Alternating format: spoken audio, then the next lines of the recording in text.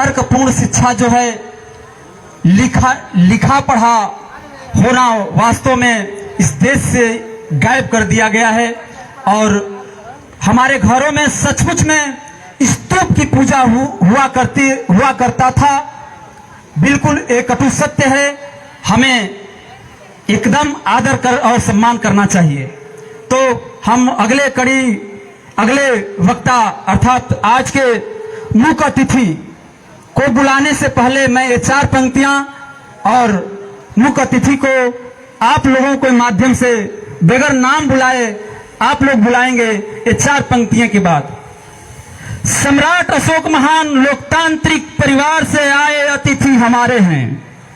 सम्राट अशोक महान के लोकतांत्रिक परिवार से आए अतिथि हमारे हैं, जिनके स्वागत में पूरे कैमूर के सभी लोग पधारे हैं।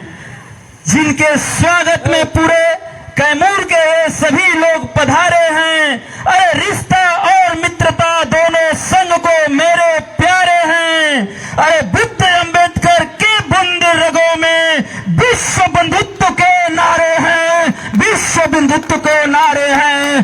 जोरदार ताली सदन की ओर से माननीय मुख्य अतिथि के लिए।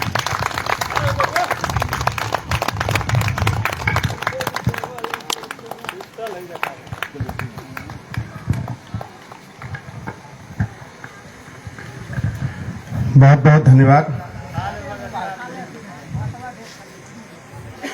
आज की ये रात सोने की नहीं, जगाने की रात है। कहते हैं कि रावण की लंका किसकी थी? सोने की। सोने की थी, सोना की नहीं थी। सोने और सोना में फर्क होता है।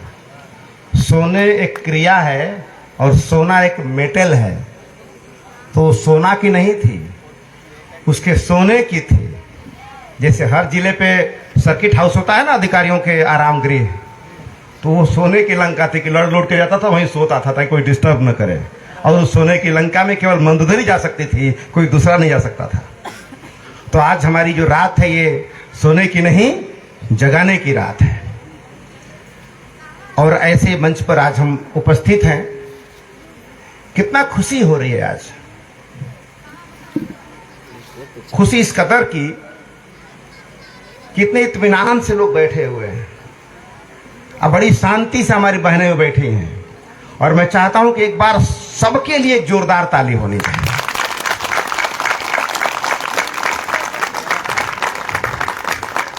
कुछ लोग नहीं बजा रहे हैं, लग रहा है बोला मुझे स्पेशल कहा जाएगा तब बजाया जाएगा।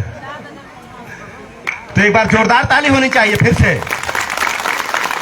देखो लड़का सुतले लगल बजा रहे, उठ नहीं के सकत लेकिन सुतले बजा। तो आज हमारे मंच पर बैठे हुए हमारे भूत वर्तमान भविष्य के साथी प्रोफेसर विजय बहादुर जी, हमारे मंच पर बैठे हुए पूज्य भिक्षु संघ, हमारे मंच पर बैठे हुए हमारे सम्मानित सम्राट अशोक क्लब के महाप्रबंधक डॉक्टर आरपी मौर्य जी, बिहार प्रदेश के उपाध्यक्ष सम्मानित सिद्धनाथ जी, और आज के मंच का संचालन कर रहे संतोष कुमार जी, और अभी हमारे बीच जो मुख्य वक्ता के रूप में बोल रहे थे, कह रहे थे गुरुजी बगल में बैठे हैं तो बोला नहीं जाता। ऐसे ही अर्जुन ने भी कहा था, कैसे लड़ूंगा इनसे, समन्वय बैठल बना। तो उसके गुरु ने कहा था कि बाण की गहराई से मैं जानूंगा कि मेरे बदन में जितना बाण धंसेगा उसी गहराई से जानूंगा कि मैंने कितना निपुण धनुर्धर बनाया है। तो असली लड़ाई तभी मानी जाती है जब गुरु के सीने में बाण जाए। लेकिन सीने में बाण मारने से पहले एक बाण ऐसा मारा था जो कदम पे गया था पहले। माने एक बाण चरण स्पर्श के लिए, दूसरा बाण सीने में।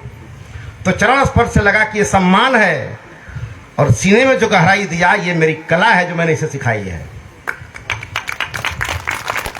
तो बहुत बहुत धन्यवाद।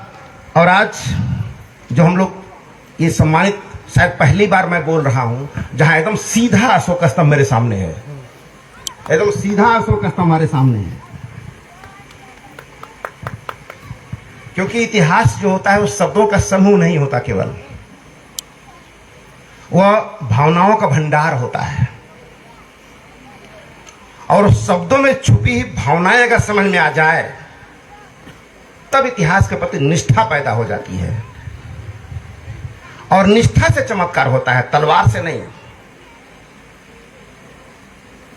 तो आज की इस कहानी उसी बोध कथा से चूंकि भीष्म जी ने शुरू की थी, चूंकि राष्ट्रीय चिन्ह बना है, तो उस बोध कथा का बड़ा ही औचित्य हो जाता है आज।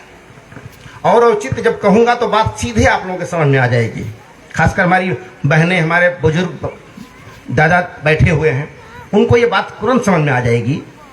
एक पिक्चर मैंने देखी थी बचपन में, और वो पिक्चर की कहानी कुछ इस तरह थी कि पिक्चर के शुरुआत में ही एक ट्रेन जाती है पुल के ऊपर से होती हुई, और वो पुल गंगा मतलब एक नदी पे रहती है, और उसी ट्रेन के अंदर हीरो बैठा होता है उस फिल्म का।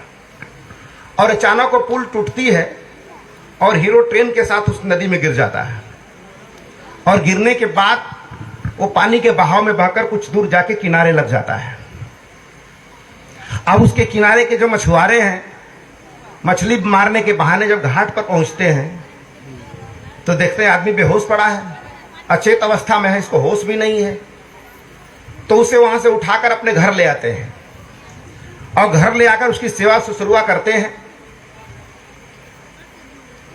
और उसकी यादाश्त चली जाती है। जब होश में आता है तो वो पता ही नहीं जिसके घर जाओ उसकी यादाश्त चली गई है। अब उसके अगल बगल जो रिश्तेदार खड़े हैं उन्हीं को अपना रिश्तेदार समझ लिया। उसके घर में सारे बच्चे जिसको मम्मी पापा बोलते थे उसी को उसने भी मम्मी पापा बोलना शुरू कर दिया। और उस घर में जो तीज और त्योहार मनाए जाते थे उसी को उसने अपना तीज त्योहार समझ लिया। अब ये पूरी घटना पिक्चर भर चलती है। पिक्चर के अंतिम सीन में क्या होता है, फिर फैटा फैटी होती है, और फैटा फैटी होती है तो फिर वो हीरो जाके किसी पत्थर पे गिर जाता है, और पत्थर पे गिर के फिर बेहोश हो जाता है। फिर उसको कुछ लोग उठा के घर लेके आते हैं, उसकी सेवा करते हैं। अब इस बार जब होश में आता है तो उसकी पुरानी यादाश्त वापस आ जाती है। तो देखता है कि ये कौन है, ये तो मेरे पिताजी नहीं है, ये तो मेरे रिश्तेदार नहीं है, इस घर में जो तीज त्योहार मनाए जा रहे हैं वो सब मेरे त्योहार नहीं है, इस घर में जिनको पूजा जा रहा है वो हमारे पूजनीय नहीं है। वो खोजने लगता है, तलाश करने लगता है उन लोगों को। उसको होश आता है कि अरे यार हमारा तो ये सब कुछ है, हम तो उस बिहार में रहते थे जहां 60,000 बुद्ध विहार थे। 60,000 बुद्ध विहार थे, हम तो उस बिहार में रहते थे। ये अभी कौन से बिहार में मैं आ गया हूं? तो उसे पता चला कि बिहार तो वही है लेकिन बुद्ध विहार नहीं है। हम तो जिस बिहार में रहते थे वहां लाट होती थी, और जब लाट होती थी तो हम सम्राट होते थे, और आज लाट नहीं है तो हम सम्राट नहीं है। अब उसने फिर उसी पुराने इतिहास पर काम करना शुरू कर दिया, और फिर से उसी चीज को बनाना शुरू कर दिया, फिर से उस बुद्ध विहार को बनाना शुरू कर दिया, और फिर से उन लाटों को खड़ा करना शुरू कर दिया। और उसी यादाश्त के वापस आने का तरीका है, उसी यादाश्त को आने का प्रमाण है कि इस तिवई गांव के लोगों ने आज अशोक स्तंभ खड़ा किया है यहां पे। क्योंकि मंदिर मस्जिद भेद कराती, मेल कराती मधुशाला। मंदिर अलगाव पैदा करता है, मस्जिद अलगाव पैदा करती है। मंदिर से हिंदू गोलबंद होता है, मस्जिद से मुसलमान गोलबंद होता है।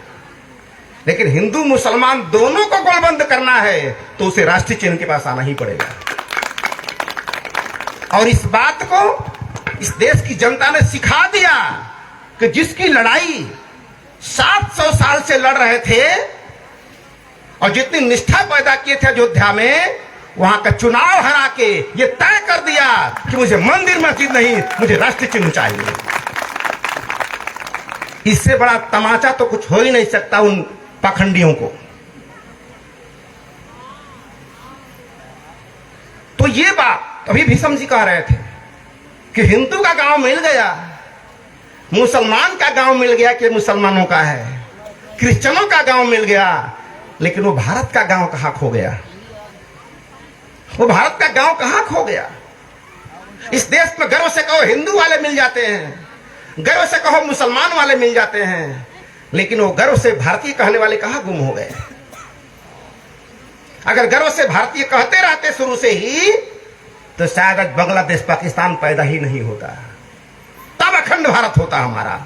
ये तो शेष भारत है हमारा, ये तो बचा हुआ भारत है। अब हमारी कोशिश रहेगी कि आने वाले 200-400 सालों में अखंड भारत बने। और अखंड भारत कब बनेगा? जब हमारा गोल सामने होगा।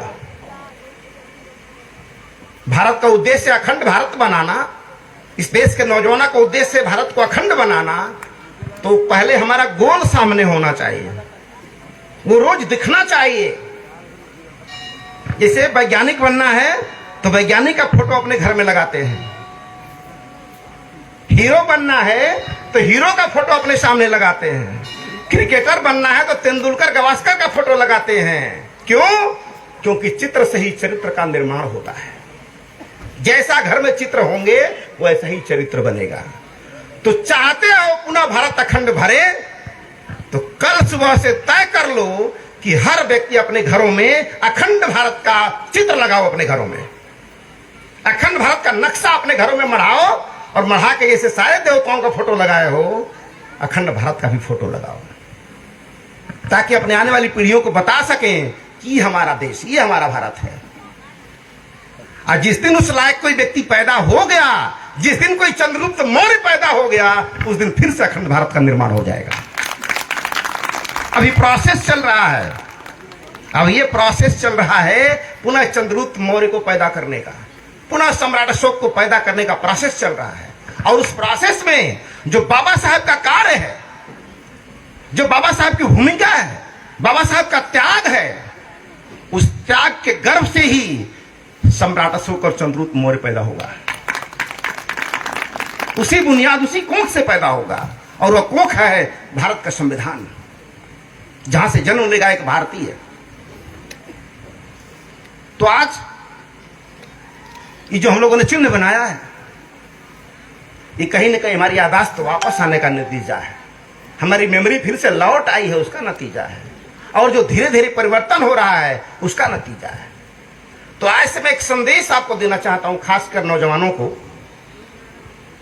कि आप झूठ का विरोध मत करिए, झूठ का विरोध मत करिए, केवल सच का समर्थन कर दीजिए। बस सच का समर्थन जब करेंगे तो झूठ के समर्थन में कोई बचेगा ही नहीं। तो एक ही मार कबीर की चित्त से देह उतार, जिसको समाप्त करना है उसकी चर्चा ही बंद कर दीजिए। विरोध तो ऊर्जा देना हो गया, उसे खुराक देना हो गया, और उस विरोध का ही नतीजा है कि जिसको 70 साल पहले समाप्त होना चाहिए, वो 70 साल बाद इतनी मजबूती से वापस आ गया। इसलिए इन चीजों को ध्यान दीजिए। आप जो नहीं चाहते उसकी चर्चा खत्म कर दो, उसकी बार बार विरोध मत करो, उसको हल्ला मत करो, चीजें खत्म हो जाएंगी। इसीलिए कहा क्या लिखा है, क्या क्या लिखा है, उसकी चक्कर छोड़ दीजिए। आपको केवल क्या करना है उसकी चर्चा कीजिए। आपको क्या करना है तो बनवाते चले जाइए ना। बगल में क्या है, बगल वाला क्या कर रहा है, उसे क्या लेना ना बोला। बगल वाला झूठ बोलता है, बोलने दो। अब आप ये मत कहो कि झूठ बोल रहा है, झूठ बोल रहा है, झूठ बोल रहा है, क्योंकि कंप्यूटर जैसे एक बार में एक ही प्रिंट आउट निकालता है, दो एक साथ नहीं निकाल सकता है। तो दिमाग भी हमारा एक बार में एक ही काम कर सकता है, या तो विरोध करेगा या तो समर्थन करेगा। तो 70 साल जब विरोध करोगे तो 70 साल और लगेगा फिर समर्थन करने में। तो पहले दिन से ही सही मार्ग पे चल पड़ो, ताकि 70 साल बच जाए। इसलिए हमें कौन क्या कर रहा है उससे कोई मतलब नहीं, कौन गलत कर रहा है उससे कोई लेना हमें नहीं है। हमें केवल और केवल सही क्या चीज है यही जनता में रख देनी है, और अंत में जिस दीपक में दम होगा वो जलता रह जाएगा। तो भगवान बुद्ध किसी धर्म का नाम नहीं है, वो बौद्ध धर्म नहीं है, ये तो बाद के लोगों ने बना दिया है। ऐसे एक स्कूल हमारे यहां चलता था गाजीपुर में, तो उस स्कूल पे लिखा हुआ था, पांचों सील के हिंदी अनुवाद लिखे हुए थे बनते जी, पांचों सील के हिंदी अनुवाद लिखे हुए थे। चोरी नहीं करूंगा, झूठ नहीं बोलूंगा, शराब नहीं पाई, पांचों सील।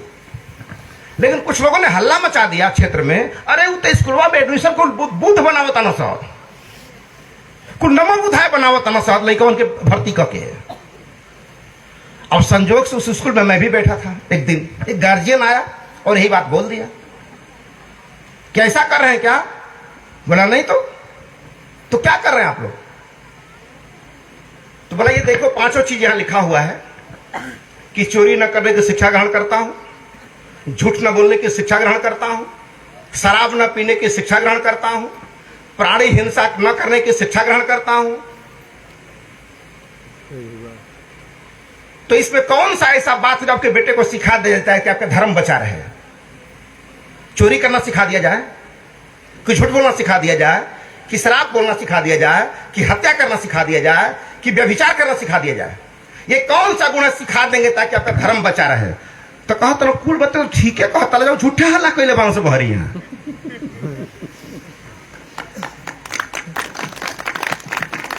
अरे यार अगर कोई झूठ बोलता है रात दिन तो उसका कोई भी धर्म है, क्या फर्क पड़ता है? वो हिंदू हो चाहे मुसलमान हो। अगर वो कत्ल मर्डर करता है, रात दिन हत्या करता है, तो हिंदू मुसलमान हो क्या फर्क पड़ता है? कोई भी धर्म हो क्या फर्क पड़ जाएगा उसका? वो नारी का सम्मान नहीं करता है, शराब पीता है, गांजा पीता है, झूठ बोलता है, तो इसका कोई भी धर्म में क्या फर्क पड़ जाता है? आसाराम बापा कौन सा धर्म है? कौन से धर्म को मानते हैं वो? कोई अनुयायी खड़ा होकर बोले कि हिंदू थे? अगर हिंदू जेल में जाता है तो क्या यही लक्षण है हिंदू होने का? तो हिंदू होने की वजह से जेल में नहीं गए, जो काम नहीं करना चाहिए था वो करे किए, इसलिए जेल में गए। क्योंकि व्यभिचार किया उन्होंने तो जेल गए। अब ये सोच के थोड़े छोड़ दिया कि बड़का गुरु जी हैं, कट्टर हिंदू हैं तो बाहर निकाल दो। हिंदू थे, कहां जेल में है वो? तो हमारा देश का जो संविधान है वो ये नहीं देखता है कि आपके चरण के पुजारी कितने हैं, वो ये देखता है कि आपका आचरण कैसा है। अगर आचरण आपका ठीक नहीं है तो चरण के पुजारी लाखों होंगे आपके, आपका स्थान आश्रम में नहीं जेल में होगा। ये है पावर, ये है हमारा पावर।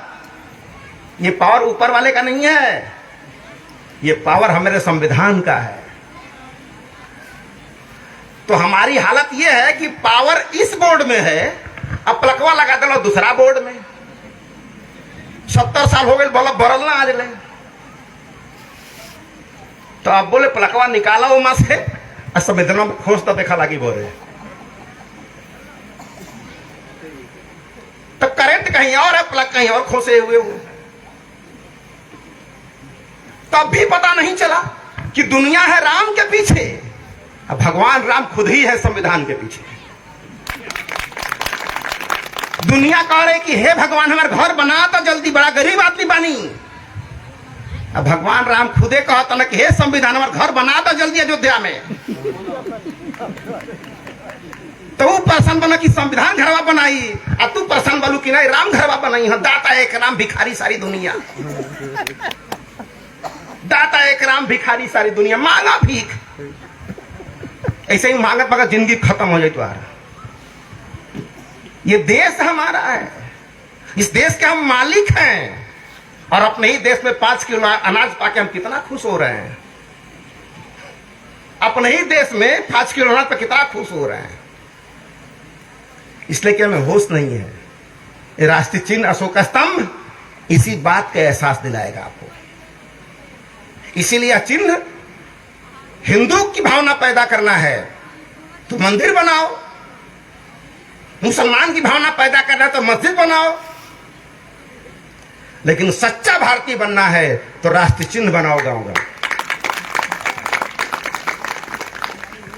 और बड़े दिनों के बाद ये पुनः वापस आया है। सोचिए जहां बुद्ध विहार होते थे वहां बुद्धू विहार हो गया, जहां बुद्ध विहार था वो बुद्धू विहार हो गया, माने छोटाऊ का मंत्रा बड़ाऊ का मंत्रा हो गया। अब एक मात्रा बदलने से क्या हो गया सोचिए, एक मात्रा चेंज हुआ तो जो बुद्ध था वो बुद्धू हो गया। हुआ कि नहीं? कहीं आप लोग जाते हैं तो बाहर के लोग क्या कहते, अरे बिहारी भुच्चड़ है। क्यों कहता है ये? इसलिए कहता है क्योंकि आपने बुद्ध को भुला दिया है। आप बुद्ध को पुनः वापस ला दीजिए, फिर देखिए तमाशा। ये पहला राष्ट्रपति देने वाला देश है, ये डॉक्टर राजेंद्र प्रसाद वाला देश है। समझिए ध्यान से, बुद्ध को ज्ञान कहां मिला? बोध गया में। ज्ञानवा सिखावे कहां चल गई ना, वो कहां पड़ेला? वो जानत रहा कि विषय में कोनो समझिए सना हमार बतिया, बिल्कुल पागल हम सब। चल वो यूपी में समझिए सब, तो वही घड़ी वो यूपी वाला समझ रहा सारनाथ में, तो 2000 साल फा दिए लौटावे आयल बनी आज तिवई में। तेरा तुझको अर्पण क्या लागे मेरा, तेरा ही जो सारनाथ में था वही फिर से लौट के बुद्ध के आ रहा है। आ रहा कि नहीं आ रहा है? आ रहा कि नहीं? तो जोरदार ताली एक बार बजाइए आ रहा तो अब जैसे पुनः जब बिहार में आ जाएगा तो पुनः पूरी दुनिया में फैलेगा, यहीं से पूरी दुनिया में फैलेगा यहीं से। तो आज हम लोगों ने जो राष्ट्रीय चिन्ह का उद्घाटन किया है, आज हमारे बीच बैजंती मौर्य जी हमारे बीच बैठी हैं। आज बड़ा गर्व महसूस हो रहा है कि बड़े बड़े मंचों को तो हमने बड़ा देखा है, लेकिन अद्वितीय और अविस्मरणीय मंच को आज मैं पहली बार देख रहा हूं आपको छू करके। और मेरे साथ ये पहाड़ पर चढ़ गई थी, वहां शिला लेक पे बगल में जो बसहा पहाड़ी है, पहाड़वा पे चढ़ गई थी। तो 70 साल में भगवान बुद्ध की ताकत है जो पहाड़ पे चढ़ गई। भगवान बुद्ध का देश कौन सा है? जापान ना। 90 साल में जापान वाला एवरेस्ट पे चढ़ जाते हैं सब। 90 साल की उम्र में एवरेस्ट पे चढ़ते हैं वहां सब जापान वाले, बजरा की लिट्टी खा के। जापान वाले बजरा की लिट्टी खा के बोले जापान बजरा की लिट्टी खाला तो का तो पिज्जा बर्गर खाला, वो पिज्जा बर्गर ऐजा वाला खा के 60 बरिस में मुंह जत हूं। वो सतुआ पी के बजरा खा के 90 साल 110 साल जी रहे हैं सब। तो इसको समझिए। तो आज जो तिवई गांव के लोगों ने जो इतिहास रचा है और सम्राट अशोक क्लब ने जो मदद की है, ये निश्चित रूप से ये काम दिन में नहीं हुआ है। कब हुआ है? तो निशाचर केकरा कहा जला? निशाचर। निशा माने रात, अचर माने चलने वाला। जो रात को चल के काम करता है वो क्या है? क्या है? निशाचर। अब कहो हम निशाचर कैसे कहीं भाई? ऐसे नहीं कहे में शर्म लगता कि निशाचर का फोटो दिखाया कैलेंडरवा, बड़का बड़का मूछ, बड़का बड़का मूड़ी, बड़का बड़ा दांत, एगो पूंछ निकाल के देखे, ऐसे नहीं निशाचर होला। ऐसे शर्म लगा था कहे में। वो गलत पिक्चर प्रस्तुत कर दिया गया हमारे सामने। निशाचर का मतलब जिस लैकन का बोर्ड का परीक्षा रहता कब पढ़ेला सब, तो कौनो बढ़िया काम करे के होला तो शांति में कोई जला, आ दोपहरिया में कबो शांति ना रहेला। कब रहेला? तो आज हम लोग राष्ट्र निर्माण का काम कर रहे हैं, जिसकी डिलीवरी आज हुई है, जो रात में हो रही है। तो डिलीवरी हो गई कि नहीं? हो गई ना। अब हम लोग स्टेज पर से केहा कर रहे हैं। अब सोहर गवाही मुन्ना मौर्य का, अब सोहर गवाही या काल सवेरे से लइका बोड़ होके लगी हो। का होके लगी? बोड़ होके लगी। और जहिया सच्चों का बोड़ हो जाई, लाल किले पर जाके झंडा। तो आपको बहुत ज्यादा ना कहते हुए, समय बहुत ज्यादा हो गया। समय मिलेगा तो मैं बातें करूंगा आप लोगों से फिर से। और कहा पहले लेटरवा लिखा, चिट्ठी लिखता, क्या लिखता नहीं जा, कम लिखना ज्यादा समझना, आपकी चरणदासी। लसवा में लिखा। तो अब ज्यादा नहीं बोलना है, उतनी बातें मैंने बता दी जिससे कंठ खुल जाएगा। इसके बाद भी जिसका नहीं खुले तो समझ लो बैटरी खराब हो, चार्ज ना हो सकेला ठीक से, चलो खराब हो के फिर तो डस्टबिन में कचरा में चल जाओ, न तो इतना पर चार्ज हो जाएगी। तो इन्हीं चंद बातों के साथ आप लोगों ने मुझे ध्यान से सुना, और मेरे चले जाने के बाद भी आप यहाँ के गीतकारों को, गीत गाने वालों को ध्यान से सुनेंगे, इसकी अपील करते हुए और अशोक स्तंभ का शानदार निर्माण करने के लिए और भिक्षु संघ जो हमारे बीच आज पंचशील तीर्थन करवाए हैं उनका सादर नमन करते हुए पुनः अगली मुलाकात तक के लिए अपनी वाणी से विदा लेता हूं। बहुत बहुत धन्यवाद। Thank you. जोरदार ताली सदन की ओर से। तो अभी अच्छे कलाकार बाकी हैं।